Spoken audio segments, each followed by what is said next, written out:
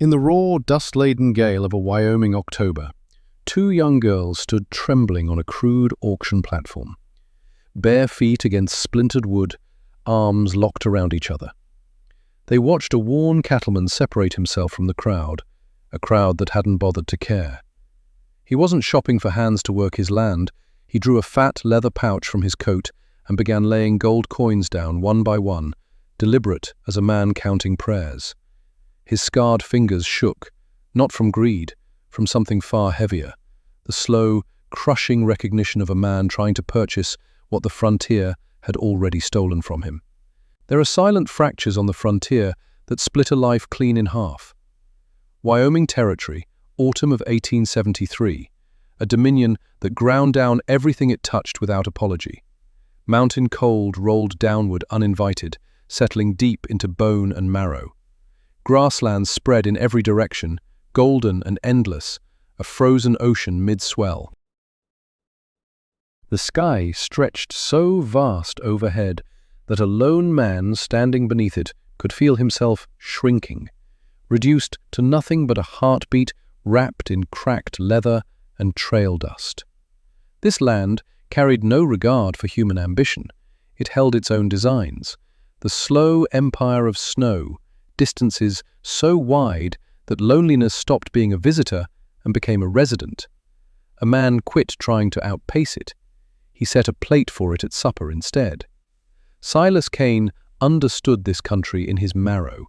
35 years old, built by the frontier itself. Broad through the shoulders, face carved not by suffering that destroyed, but by endurance that distilled. The way ceaseless wind strips stone bare, peeling away everything soft until only what lasts remains. His face told his history without a word spoken. A dark beard, trimmed close, stood stubborn against the cold. Deep creases framed his eyes, marks earned from years of reading horizons most men never glimpsed. His jaw looked quarried from the same granite that formed the western ranges. His brown eyes held two truths at once, buried warmth beneath a wall of learned caution. He ran cattle on a modest spread in the foothills, where good grass met a creek that never dried, where the open plain winds lost their teeth against the ridgeline. 40 head of cattle, a cabin he'd raised with his own hands, timber-felled, seasoned, and joined with the slow patience of a man who knew that anything built to last demands its full portion of time. He lived alone, had always lived alone, not by preference but by the territory's own cruel arithmetic, a natural winnowing that spared only those who could sit with silence and not be crushed by it. Fever took both his parents inside the same week. He was 14. After that, he learned to navigate the years by himself. 21 years, his loyalties had numbered exactly 3. The land, his herd, and a quiet voice somewhere deep that sometimes murmured the difference between surviving and living. He'd ignored that voice every time. Listening meant acknowledging a hunger he'd buried long ago, the raw need for family, a wound ripped open beside 2 fresh graves at 14, with no soul left to tell him what came next.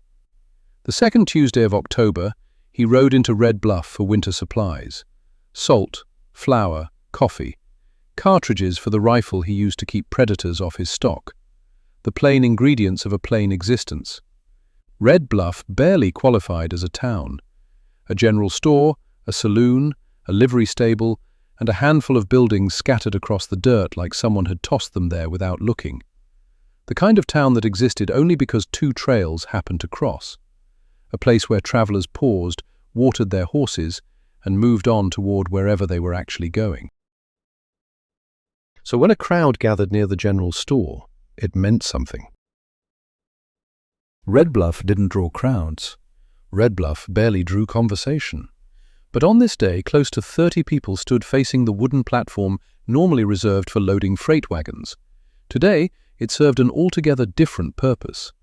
Silas hitched his horse and drifted closer, not from curiosity but because the bodies between him and the store entrance blocked his way to the supplies he needed. That was when he saw them. 2 girls standing on those weathered planks, exposed to an October wind that cut without mercy. The older one looked about 13, the younger maybe 7. Their dresses had been washed past saving, faded, threadbare, useless against the cold. No shoes, bare feet on rough wood, hair matted and unwashed, framing faces streaked with the particular kind of filth that settles when nobody cares enough to wash it away. They clung to each other, the elder girl's arm locked around her sister. Not tenderness but fortification, wall and shelter, mother and soldier. She had assumed every role the adults in her life had abandoned, absorbed those duties without being asked, because a 13-year-old had no choice when the grown world collapsed around her. The younger one pressed into her sister's ribs the way small animals burrow against something larger when the storm turns savage. She gripped a cloth doll so worn its features had faded to ghosts, a mouth that might have been stitched there once, eyes reduced to memory. Her own eyes were enormous, glassy with tears she hadn't yet released. The look of a child watching the world rearrange itself into something unrecognizable, with no one offering a reason why. Behind them stood a man, gaunt, hard-featured, the kind of face that years of hard drinking had whittled into something permanently scheming, narrow eyes that never stopped calculating, stained vest, hat shoved back on his skull, the expression of a peddler ready to unload stock that moved too slow. This was their uncle. Their dead father's brother, the man who'd inherited them 6 months back when fever took both parents in the same week. He had learned quickly that 2 orphaned nieces were not an inheritance, but a weight. And on the frontier, weight interfered with whiskey and cards. He was selling them. Though no one used that word, the frontier had softer language for this transaction, placing them, arranging suitable homes, apprenticing them to families willing to provide what he could not, would not. The vocabulary was civilized, what it described was not. The crowd shifted with visible unease. Some men studied their boots, others covered their mouths with calloused hands. A few watched with the flat resignation of people who had seen children redistributed by hardship before, people who had learned that speaking up cost something, and silence cost nothing. Silas stood at the edge of the gathering and felt something crack open in his chest, a sealed place, untouched for 21 years. It did not open slowly, it did not ease apart. It shattered, the way river ice breaks in March, sudden and irreversible.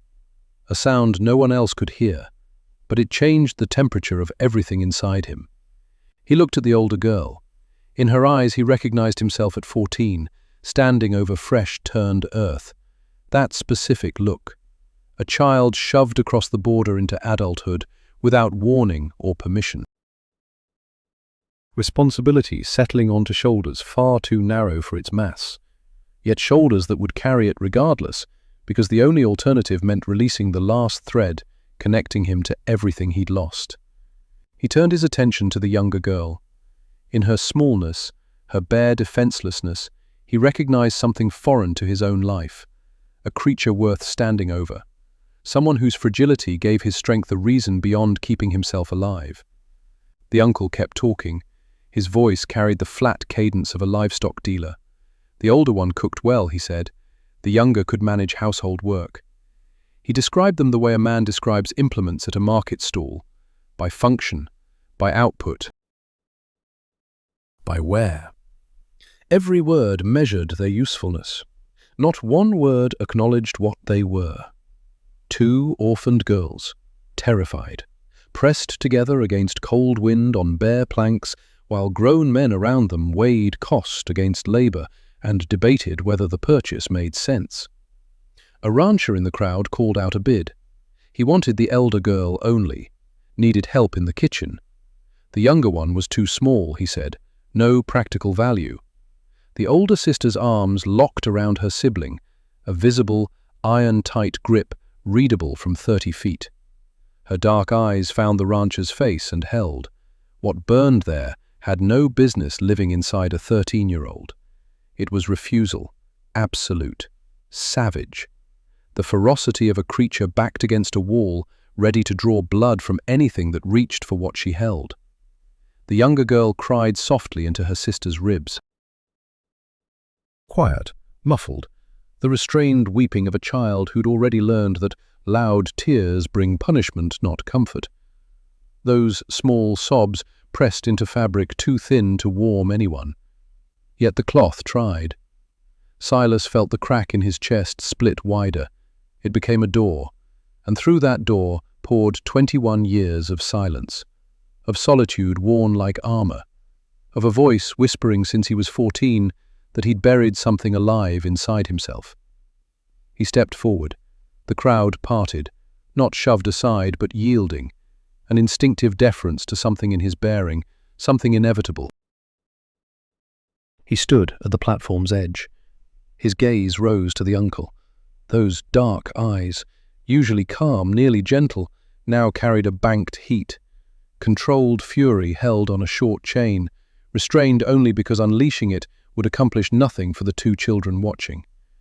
Silas spoke one word. His voice came low and rough, scraped raw by years of disuse, like hinges grinding open on a door sealed shut by rust. The uncle looked him over. Named a price designed to turn a man away.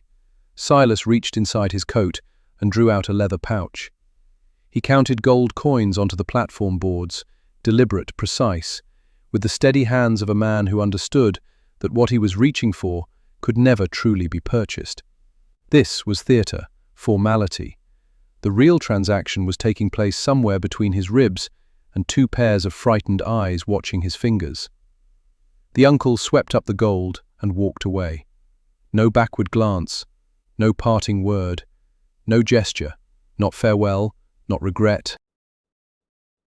Not the barest human acknowledgement of leaving two children with a stranger.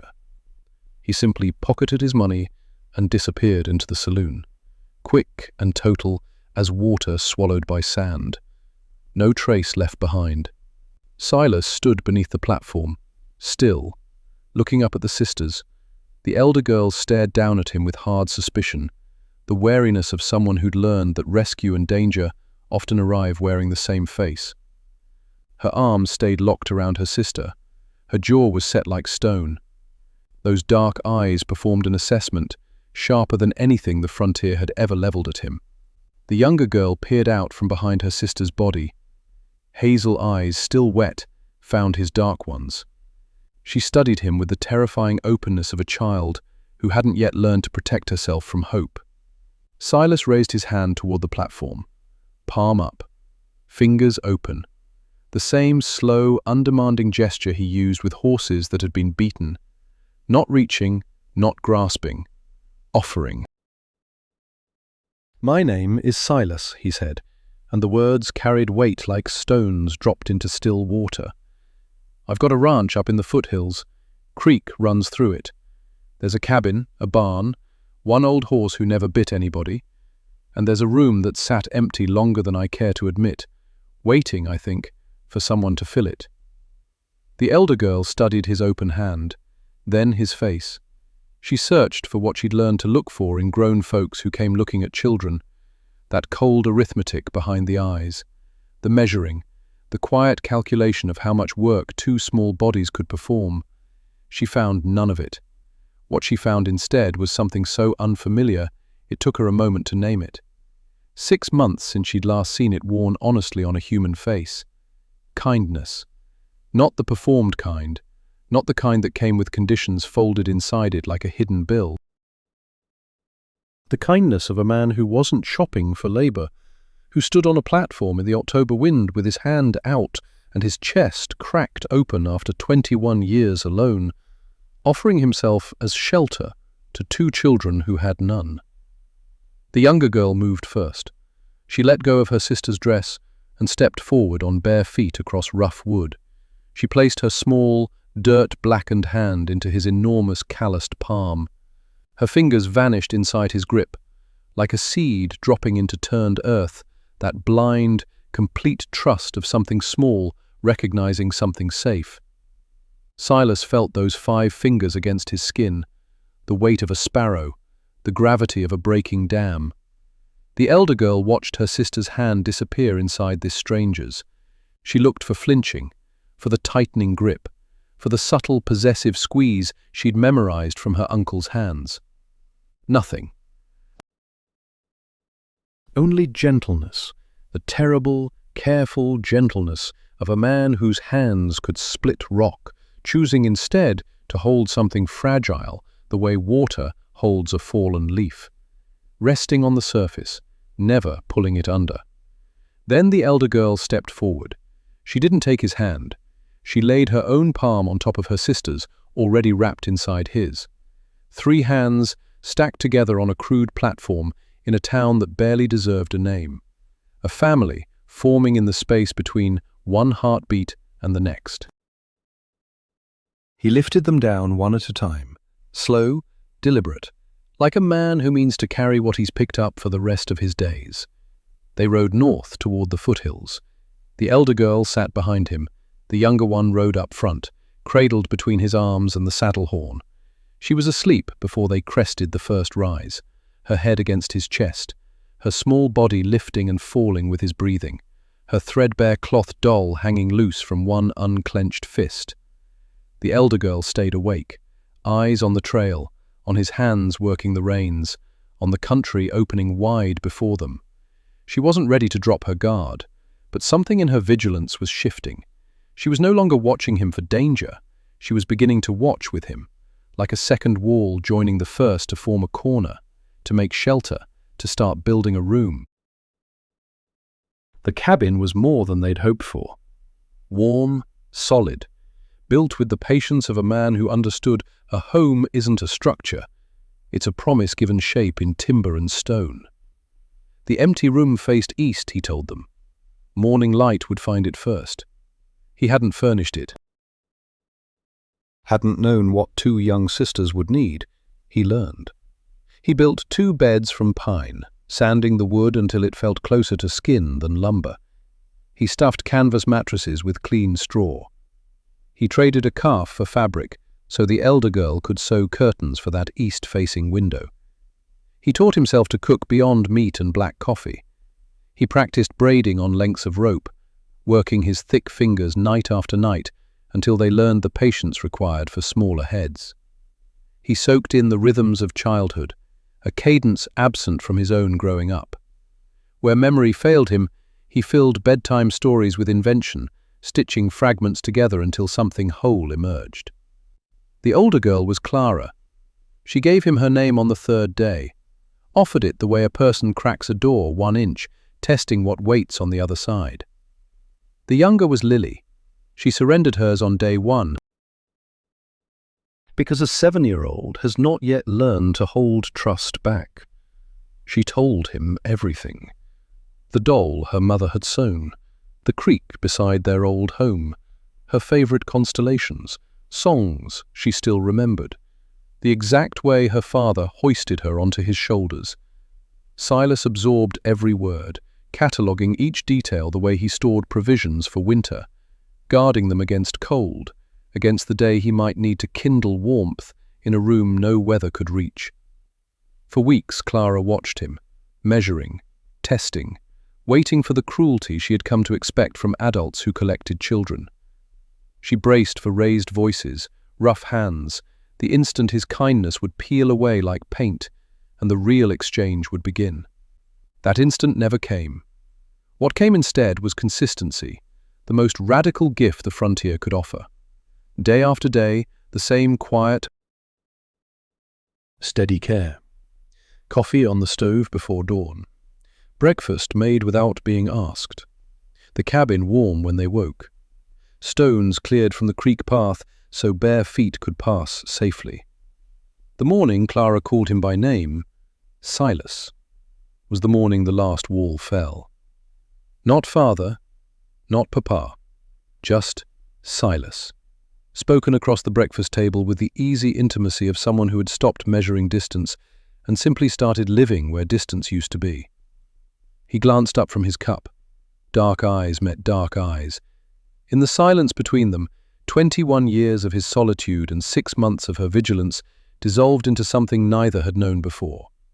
Family, not forged by blood, but by choice, by the deliberate daily decision to belong to one another. The frontier carried their story for years. The cattleman who bought two sisters at auction in Red Bluff took them to a cabin in the foothills, built them beds from pine, learned to braid hair with hands trained for shoeing horses and bending iron.